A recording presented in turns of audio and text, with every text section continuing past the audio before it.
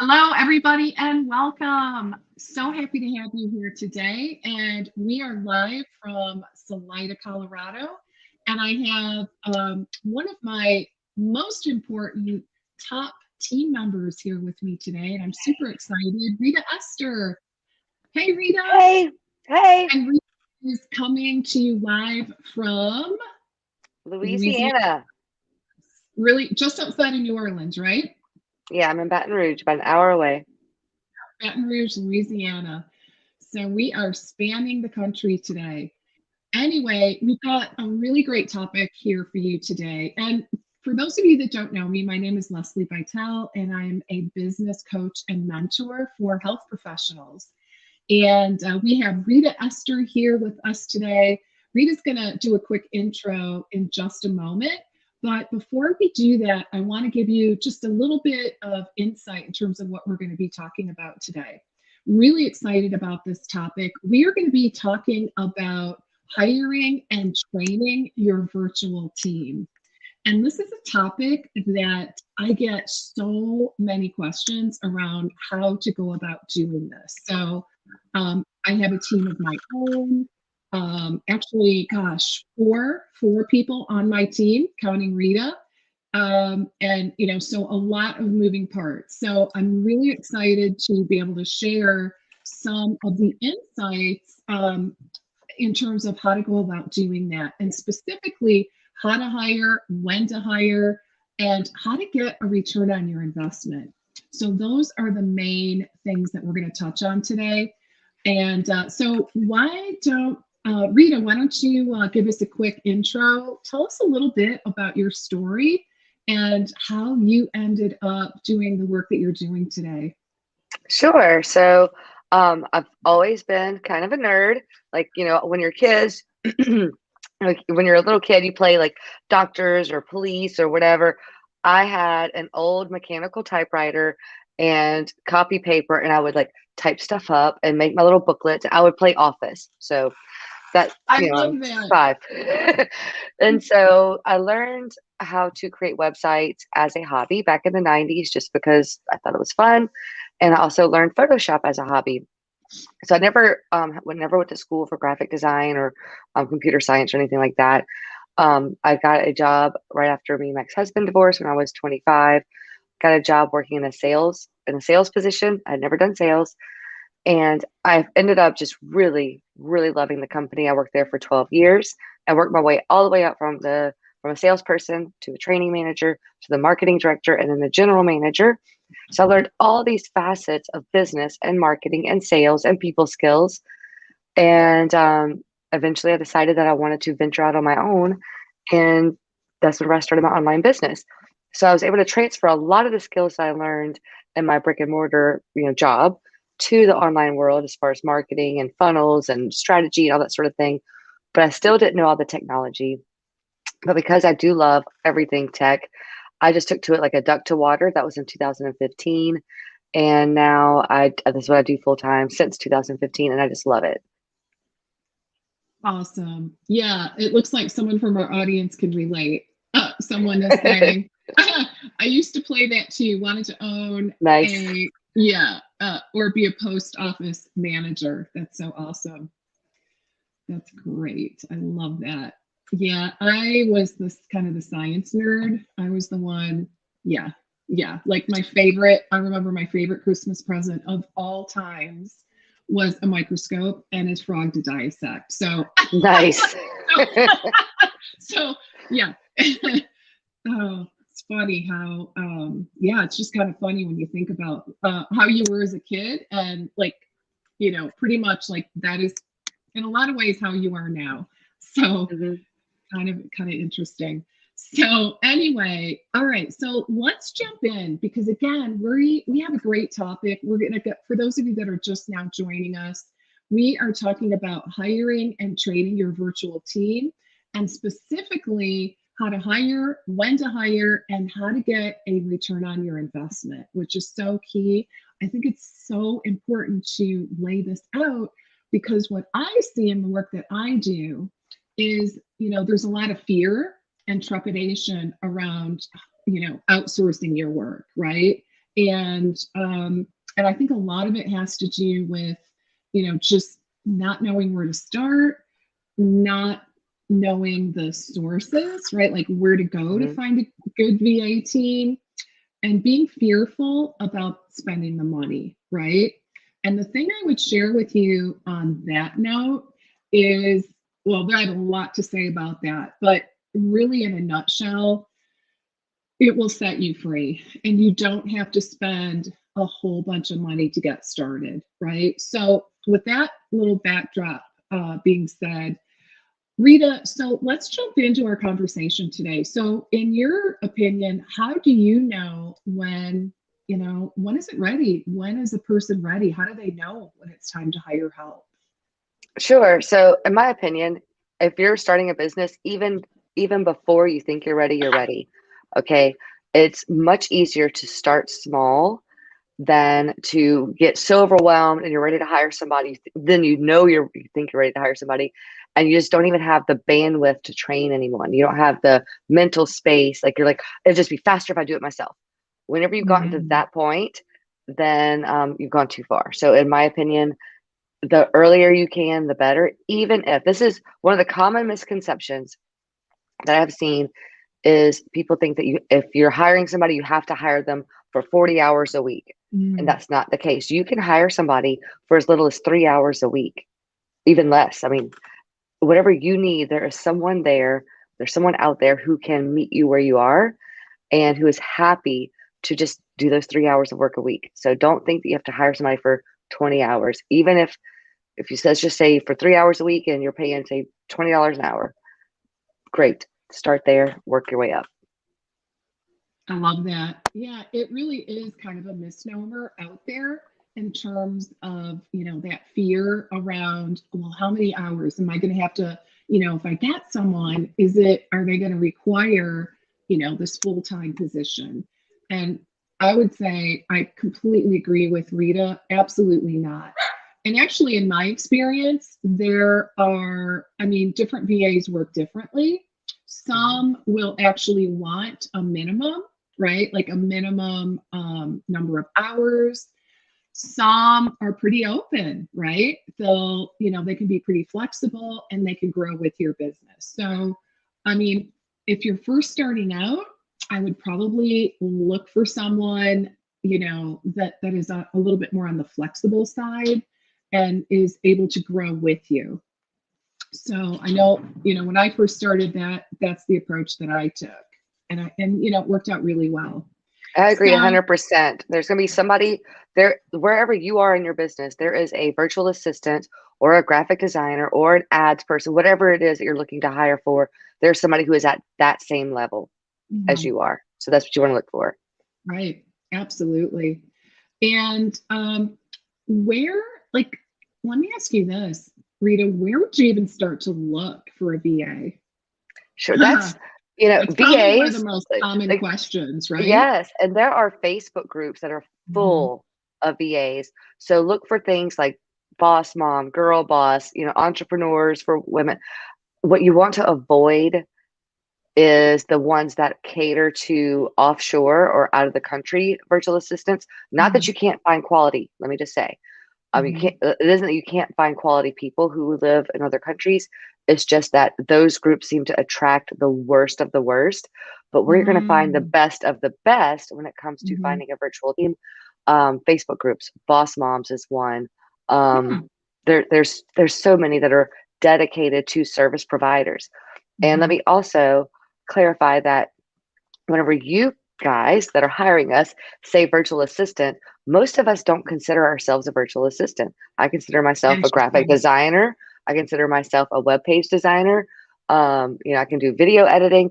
So I wouldn't necessarily be in virtual assistant groups so much as freelancing groups or work from home groups or laptop lifestyle groups. That's where you're going to find your better people. Oh, that's so interesting. Okay. Love that. That's a great tip. That you don't even really, and I get that. Like, I would not, knowing the work that you do, I would never categorize you as a VA. But a lot of people, Um, that's what they call me. And I don't care what you call me as long as you pay the invoice. But what I'm saying is that when you're looking for the groups where these people hang out, it may not Mhm. say virtual assistant unless you're Right. strictly looking for admin work, someone to check your email, file your stuff, send, Mhm. invoices out. If you're looking for anything more than that, you're probably not going to find it in a virtual assistant group. Mhm. What do you think about some of these groups like Upwork and online services such as those? Sure. So from our point of view, the service provider's point of view, those are the place that you go whenever you can't find anybody Mm. better. That's Mm. whenever you're grasping for straw. So if you're hiring Okay. off of Upwork, you're also, and same with Fiverr, you're usually either hiring out of the country people, which again isn't terrible, but just know Mhm. that, or you're hiring people who they're not very good. So they're relying Okay. on Upwork's marketing, they're relying on Upwork's algorithms. Whereas the people who are in these Facebook, I recommend Facebook groups. I'm not saying that you can't find good people. I'm just saying that there's less of them. There's more. And from the service provider's point of view, Upwork requires a lot of that takes a big chunk of our cash. Mhm. You don't get as good clients. The whole interaction is different. Where I like to, and the people that I or in my circle of online friends, we really care about our clients' businesses. Like it isn't just a paycheck. It isn't just an invoice. I will be on my couch at midnight and realize like, oh my God, I forgot something about Leslie. And I'll text Abby like, hey, Abby, da, da, da, Yeah. da. Like it isn't from 9 to 4, I work on Leslie stuff. If you want to hire that kind of person, then go to Upwork. But if you want to find someone who's going to be an integral part of your team, who cares about your business, go to the Facebook groups. I could not agree more. 100%. Like Rita, like way on it, way above and beyond. I mean, absolutely they're in those times when things are really tight, like we have tight deadlines. Just like I cannot emphasize that enough, guys. If you're looking for someone that really cares, it honestly, probably what I would do is look for a referral. I mean, actually, that's how I found you, Rita, Yeah. right? The person who does your Facebook ads Yeah, referred me to you. Kathy. That's Yeah. been what, So 2 years ago, 3 years ago, maybe. yeah, I think so. At least two, right? hmm Yeah. So I mean, that's how I always went about finding my VAs is really through word of mouth and just asking people like, who do you use? And do you mind sharing that name with me? Yes. And even if they themselves don't have space for you, sometimes they can recommend, a really good person that can take you on. So I think hmm that's another really good route to take when you're just trying to find the right person. So another really common question is, what do you pay? Right? What do you pay an assistant? I know Yes. that's a loaded question, and there's probably like a huge span there, right? There is. Depending on their skill sets. I want people to understand that we are just as afraid, we are just as nervous about getting scammed as you are, okay? Because there are clients out there who are like, oh, I need, 3 blog posts and this, that, and the other, and I want you to do this as a test project, and I won't pay you till it's done. And then when you're a brand new Mhm. virtual assistant or brand new whatever, you're like, oh, I'm so excited, and you do the work, and then they ghost you. Okay, so I want you to understand like Mhm. this happens both ways. So what I recommend is it really just depends on each person's situation. So I'm in Louisiana where the cost of living is totally different than someone who lives in say San Francisco. If I lived in Mhm. San Francisco, my rates would be twice or 3 times what it is. Mhm. So pay a fair amount for, Mhm. keep in mind their situation. Now I do personally also have my own team, and I have a girl that works with me. She's lovely. She's in the Philippines. She's only getting 5 an hour. But for where Mhm. she lives, that's good money, like she was asking for 3. So like she's Right. making really good money for where she lives. So it really Mhm. just depends. And if you're hiring American, understand that you do get what you pay for. Mhm. And as much as I love my assistant from the Philippines, there is no replacing English as a first language No, or I totally agree. the nuances of of American culture. So Mhm. if you're hiring somebody, let's just say a good entry level virtual assistant, designer, web designer, any of them, a good entry level rate is probably around $25 to $35 for a US based person. And if this Mhm. person can save you, let's just say you're paying them for 5 hours a week, and that 5 hours, you can then pay attention to your clients, your people, and you're billing at maybe $100 an hour or $200 an hour, you're making money. So Right. that's how I would look at it is how much is this going to free up my time and free up my bandwidth to focus on my money making activities when I can have someone else check my emails, whenever I can have someone else, send my newsletter broadcasts or create my blog post or come up with social media posts or design the images or whatever it is. How much is it worth to you for your time, your billable time to have someone else do those things? Yeah, I completely agree with that. And guys, this is so incredibly important because what I tend to see is I see, practitioners out there, hunkering down, spending so much time, what I always say, hiding behind their computers and doing like just doing these tasks, which is in of itself isn't a problem.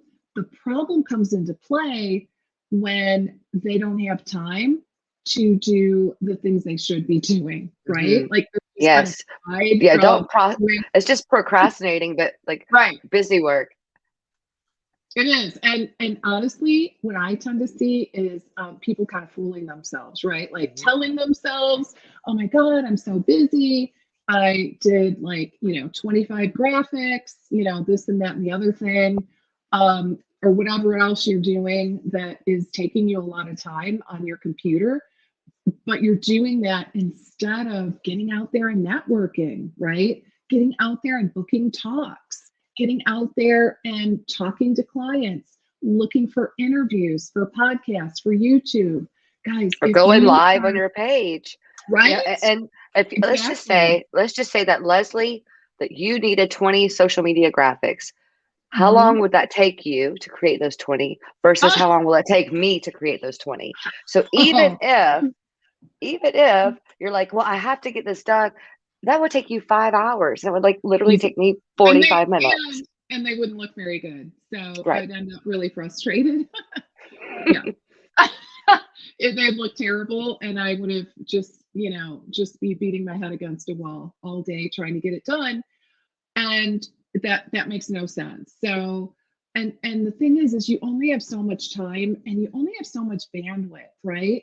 So that's really, I think, one of the big takeaways here, guys, is that if this is you, if you are spending lots and lots of time doing these things that maybe you're just not super fast at doing, it's not really in your wheelhouse, but you're just telling yourself like, gosh, I need to do this, I need to save money, and you're not, as a result, you're not getting out there, you're not going live, you're not doing, talking to people, you're not booking, like all those things that really drive the business, then there's an imbalance for sure.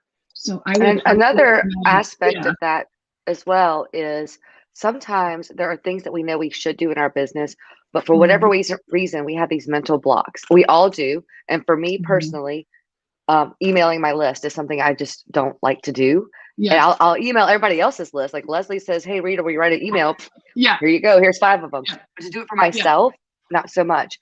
But whenever you hire 100%. somebody to work around your blocks, so let's just say you don't like emailing your list or you don't like Yeah. creating blog posts, hire somebody else to do it for you.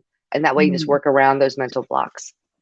Yeah, I was going to ask you, where do you think someone should start in terms of, because a lot of time, here's what I see. Give me a yes in the chat if you can relate. You feel like you can do it better. You feel like, so you're reluctant to hire someone to take over those tasks. So you feel like you can do it better, or you just don't want to let it go, right? Like there's a little bit of control there where you just don't feel comfortable letting it go.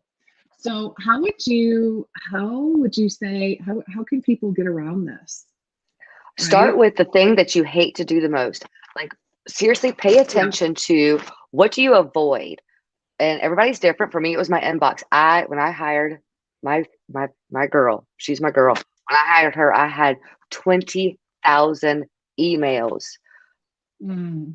a lot, Wow. because I just avoid my inbox because I have, because of the nature of my business, I get texts, I get WhatsApp, I get Slack messages, I get Facebook. Like, I was over it.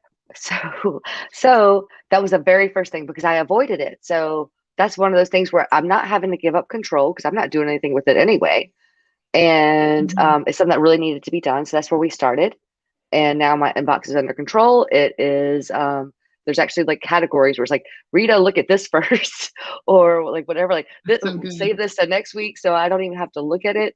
So that's where I would recommend, or whatever that is for you, whether it's your social media, whether it's your Yeah. blog post, whatever it is, billing. A lot of people have some mindset blocks around billing or sending invoices or chasing money, basically your payables, Mhm. accounts payables. Hire someone to do that for you. And then it's not you, it's your team who, sends those nasty emails for you. So whatever it is that you avoid, hire for that first. That's what I would Yeah. recommend. And I mean, then that's a really great idea. anything, awesome. Anything that is I hate to say this because I feel like I'm whatever, like low level. Like, there are things that just don't make you money. It does not make any sense for me to check my own email whenever I could be creating the landing page that Leslie needs for this launch coming up. Like, what makes more sense? Me doing activities Right. that make me money, or me doing activity that's just busy work. So same thing for yourself. What is the low level, easy to train for, easy to understand thing for you to hand off for someone to someone else? Do that next. So first, whatever it is Mhm. you're avoiding, it doesn't matter if it's your taxes. There is somebody who can do it for you, and that even goes to, in my opinion, like your housework. Like, hire someone to come clean your house or do your meals, whatever. Because is it? I mean, I have somebody that comes over every other Wednesday, and she's only here for an hour or so, but that hour is like I would put off what she does is tubs, toilets, dusting, wipe everything down. My tubs and toilets would get nasty if it weren't for her coming, and it's just one less thing on my mind, and that Mhm. hour is better spent doing things that make me money. So that'd be my Absolutely. advice. Yeah, I love that. That's such good advice. So, what about so another question that I often hear is, do I hire one person or do I hire a team of people? I mean, it would be great if we could find that magical person that knows how to do everything, right? Kind of that, I don't know. Hmm. Sometimes that, I mean, there are people like that out there, but they're not always the easiest to find. And on the And other hand, if you hire they're like never a gonna whole be bunch of good. people, right, right, because they don't really have like an expertise. Right. So, but sometimes I think it can be a little intimidating, the thought of hiring multiple people to do different tasks in your business. So, what would you Sure. say about that? Um, yeah, I really do recommend hiring like your assistant first. Somebody to check your email, keep Mhm. you on track, sort of thing. Then, whenever you are ready to hire either an agency, which is going to be multiple people, or multiple people for your own team, I would have everybody answer to that person. So, for example, Mm, Leslie has many people on her team, but she doesn't talk to them all the time. Me and Abby do. So, Leslie talks to me and Abby, I would assume the most, and we just kind of deal with everybody else for her. So, she doesn't have to mhm, deal with it, it's just taken care of. Um, because you don't want managing your team to be a full-time job, and you don't need a business manager to manage it. So you can literally meet with your person, your virtual assistant, and say, hey, I need a landing page for this, I need a new PDF for this, I need, social media posts coming up for the next quarter, blah blah blah. Can you make sure that all the people know what they need to do? And she can take care, or she or he can take care of it for you. Another mhm. option is to hire an agency. There are agencies that specialize in small businesses.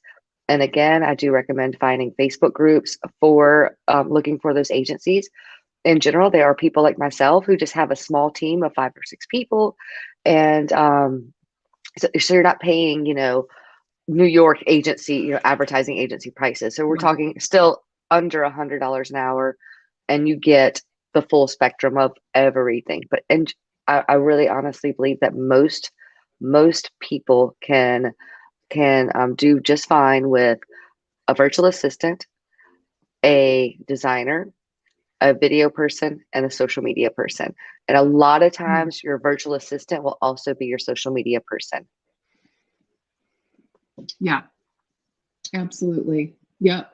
Yes, Karen, Completely agree with your that. main VA can definitely be like your office manager. Like that is, you don't want it to be another whole another thing. I meet with my assistant every morning at 9 o'clock, from 9 to 9:15 every Mhm. morning. And I say, this is what's on my plate. This is what I have for you. This is what needs to be done, blah, blah, blah. And she will check in with me throughout the day. Like, hey, here's this, here's that. I don't have to check my inbox. She'll check in with me for things that I need to know. My inbox is empty. Things are sorted out. I just need to make sure that I get her messages. That's it. So I don't have to, so if Leslie sends me an email, it's like blah, blah, blah, she'll text me with like a quick rundown. We need this, this, this. So awesome. Yeah. Now, what do you think about an OBM, That's online almost business what, manager? right? That's almost what your virtual assistant, it's going to take a few months. Once you work together for a long time, Mhm. a long time, like 90 days, that's pretty much what she's going to turn into. Most of the people in the virtual And guys, assistant space. oh, I Okay. was going to just jump in real quick. Just so you know, guys, an OBM, online business manager, just FYI. And a lot of the Go people in the ahead. Sorry. virtual assistant space, that is what they would love to do. But they're just like you Mhm. guys face a little bit of imposter syndrome. They're afraid to say, I'm Mhm. an online business manager. Men are quick to say, Mhm. oh, I'm an advertising agency. I can do this. But, Right. but women, we're more like, well, I know how to do all this stuff, but I'm telling you, if Yeah. you meet a person and you just click with them and you're like, God, they would be great for this, let them just be Mhm. transparent. Say, hey, what I would really like for this to evolve into is for you to be like an online business manager. We're going to start with, you doing virtual assistant tasks. And I promise you, they might get a little freaked out, be like, oh my gosh, can I really do it? They can, but they want it just as bad as you want it. It's y'all both want the same thing, and they're scared. You're Right. scared. It's just part of the human experience to Yeah. face that imposter syndrome. But most of them that I know in my online entrepreneur circles, that's what they're looking for. That they would just love to have one person to focus on and their energy not be scattered so much. And Mhm. online business manager, you're more looking at 20 hours a week more than say 5, Mhm. to Mhm. give you an idea. And there are people that actually have like an OBM certification as well, hmm Yeah, and right? there are people So, who do specialize in that, but right. this is just my opinion. I feel like the people who specialize in that, they're juggling so many people. Like they're Mhm. juggling. You're not the only client. Well, Whereas that yeah, virtual and that is assistant, something we should talk about for sure. yeah, Yeah, that virtual keep assistant going that on you that. have really you have made that connection with, you have a bond with, you can text at 2 o'clock in the morning if something's really an emergency. Right. That person, that's who you want to be your OBM, because they care about your company, they care about your success, and they're in it with you. They're a part of your team and not just somebody you pay every week. Yeah, absolutely. You brought up something that I really want to elaborate on just a little bit. Just another thing for you guys to consider as you move into this space. And that is, I think it's a really good thing to find out how many other clients are they working with, right? Mhm. Um, I have run into that in the past, and it I'll tell you, especially like if you're launching or in a project that's really very time consuming, it can be challenging if that VA has a whole bunch of other clients, right? Mhm. Yes. So that is, it's just a good thing to find out And you also got to look how for many other somebody clients. who's going to be the yin to your yang. So if, Yeah, excuse me, if you're super, super organized and you have everything planned out, yeah, 90 days in advance, then, that counterpart might be a little more creative and a little more, Mhm. freewheeling. Whereas if you're like very Yeah. freewheeling and like just, I'll just figure it out as I go and, build the airplane on the way down kind of person, you want to look for somebody who is very regimented and structured to help you get get organized. So just know that also. So like when Leslie was talking about like launches and having the bandwidth, I personally only usually have 4 to 5 uh retainer clients, people that I'm booked for a certain amount of time. But Mhm. I'm also, I know my fault. I am one of those people that's kind of a little freewheeling. I need to know well in advance, like what's kind of going on, so that way I can plan my time blocks around the Mhm. launches going on that they're happening. Does that make sense? It does to me. Does it make sense to everybody else? It's just a really good thing to know. Hmm. Um, okay, I want to, let's see, I'm just going to take a peek at my notes to see if I forgot anything. So basically, in terms of how many people, you start with one, Hmm. right? You start with one, and then I think you start with one person, you start delegating, get used to that. Um, I would say like getting SOPs in place is going to be extremely helpful. And I've shared this pretty openly. I learned that the hard way, which Rita can Yeah. attest to. Yes. I Uh, was on the back end of that. And just record yeah, what you're doing. A virtual yeah, assistant can just take the screen recording and type it up, step one, step two. You don't have to, it doesn't have to be this elaborate thing. Like if you're about to right. write your email for your newsletter, record yourself doing it. And then they can Yeah, take it, the right virtual assistant can take it, turn it into step by step by step, and then bam, there's an SOP. exactly. And that's exactly what we did. So Hmm. highly recommend that. So, as you start to think about getting help, getting a VA, um, I would prioritize, what are those tasks that really I would start with what are the things you don't like doing, right? What are the things that you're just sick of doing? It takes too much time. It's not really in your wheelhouse and it's preventing you from servicing your clients and or getting new clients, right? And those are the things I would prioritize. So as you're doing those tasks, just record it. And Loom, Loom, is a great little application that can help you to record your screen as you're going through your daily tasks. So highly recommend that. And so we talked about some of the things that um, you can easily hand off to get started. Do you have anything else you'd like to add, Rita? I do. I want people to understand. It's just like dating or hiring, in a brick and mortar business. You may not find the first one might not be a good fit. It just might Mhm. not. And that's okay. Like just know that just like dating or making friends or hiring in the brick and mortar businesses, you're going to go through a couple before you get the one. But whenever you get the one, hang on to them because Mhm. it's so valuable. You're going to free up so much of your time and your mental energy. Like you'll find like whatever you just know, like this is taken care of. It's such a big weight taken off of you that you didn't even know that you're carrying right now. You don't even realize it, how much freer you're going to feel, how you're going to show Mhm. up different for your people. And you'll actually end up, that return on your investment is going to happen like that because you're so Mhm. much more in the game of serving your people instead of shuffling papers or, answering emails. Yeah.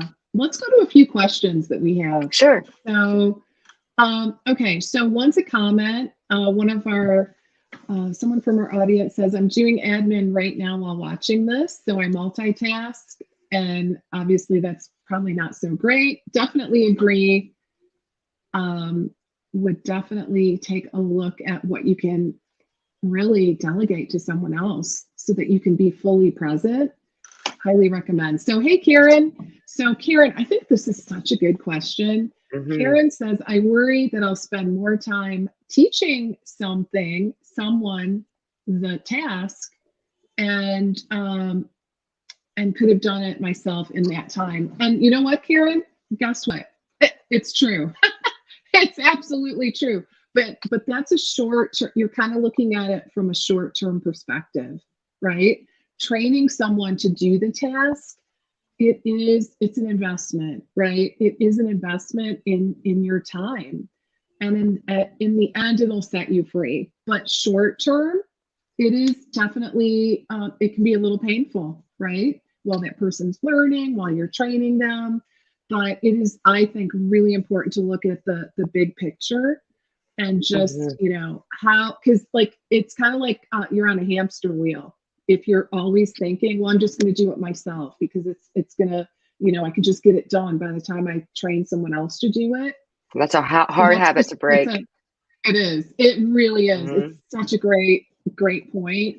And And what I do, so just what I recommend is whenever you run up against that, Karen, is this literally what I do every Thursday from 9 to 11. Me and my assistant have co-working days, and she's literally gets paid to watch me do what I'm doing. So that's her mm, training. So it's like, what do I need her to learn next? I scheduled that for that Thursday morning, and she mm, will literally watch me work and ask any questions. It's recorded, and so it is definitely a specific topic. It's recorded. Then she can go back and rewatch it anytime. But that way, I'm able to get my work done. She's being trained, and it's being recorded for SOP purposes. yeah, that's a great idea. So then it doesn't, like, you're doing the task, right? So you're actually able to check things off your list. It's not just, oh, I'm just going to train, right? I think that's a really good idea as well. And then we got a comment.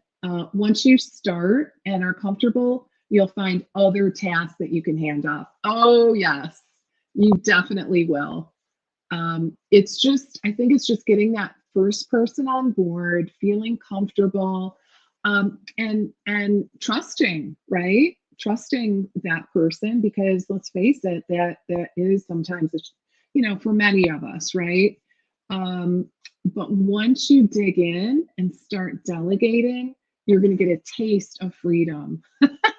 And it is amazing. I am here to say, oh my gosh, like I can attest to how amazing it is. Seriously, like sometimes I have to kind of pinch myself, right? Because I'm like, oh my God, I can't believe I don't have to think about that. I have a team I can trust to do that. I can free up my brain space and actually go do something I enjoy instead of, it's just amazing.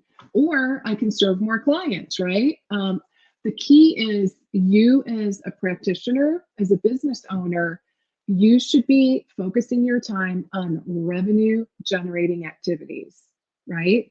And that, I think, is really one of the big takeaways from today. Revenue generating activities, whatever that is in your business.